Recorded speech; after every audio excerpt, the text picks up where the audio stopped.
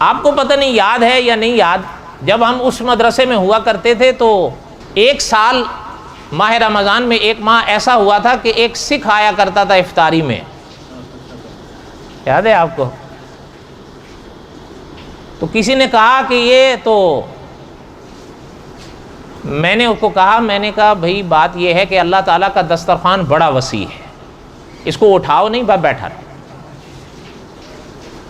پتہ نہیں غلط کہا صحیح کہا، وہ پورا ماہ آتا تھا، نماز بعد جب ہم پڑھتے تھے وہ بیٹھا رہتا تھا، نماز کے بعد جب ہم دعا مانگتے تھے وہ دعا بھی مانگا کرتا تھا، پھر چلا جاتا تھا۔ پتہ نہیں صحیح کیا غلط کیا۔ ہمارے والے ہوتے تو وہ افطار کر کے چلے جاتے تھے اقامت ہوتے ہی، مذاق نہیں کر رہا ہوں، وہ روزہ افطار کرتے تھے، اقامت کھڑی ہوتی تھی چلے جاتے تھے، وہ بیٹھا رہتا تھا۔ بس ہمارے والوں کا تو یہ ہے نا جی، جنت مل ہی جائے گی انشاءاللہ، سویر نہیں تو دیر سے مل جائے گی، دوزخ سے ہو کے چلے جائیں گے، اور کیا ہے۔ اس خیال نے ہمارے والوں کا ستیہ ناش کر دیا ہے۔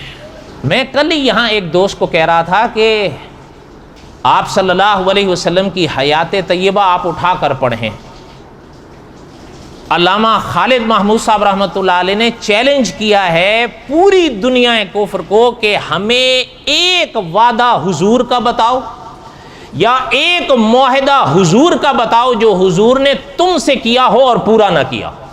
کل میں اس دوست کو بتا رہا تھا کہ ایک یہودی سرور کونین صلی اللہ علیہ وسلم کی پاک بارگاہ میں آیا اور اس نے حضور علیہ السلام کے سامنے ایک صحابی کی شکایت کی کہ انہوں نے مجھے تھپڑ مارا ہے۔ آپ احادیث طیبہ کی کتابیں اٹھا کر دیکھ لیں، وہ احادیث طیبہ اور سیرت کی کتابیں بتاتی ہیں کہ سرور کونین صلی اللہ علیہ وسلم کا چہرہ مبارک غصے سے سرخ ہو گیا، اور حضور نے صحابی کو پوچھا کہ کیوں مارے ہو؟ کہنے کا مقصد یہ تھا کہ حضور کی یہ سیرت طیبہ ہے، لیکن کچھ کفر اتنا پروپوگنڈا کرتا ہے۔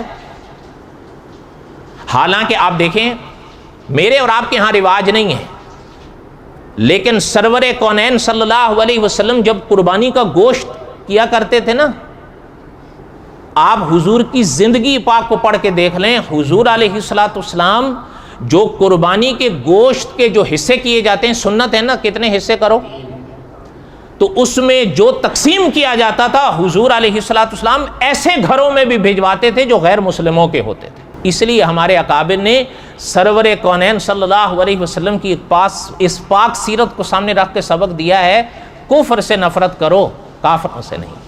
ان کے لیے ہدایت کی دعا کرو اگر اور کچھ بس میں نہیں ہے۔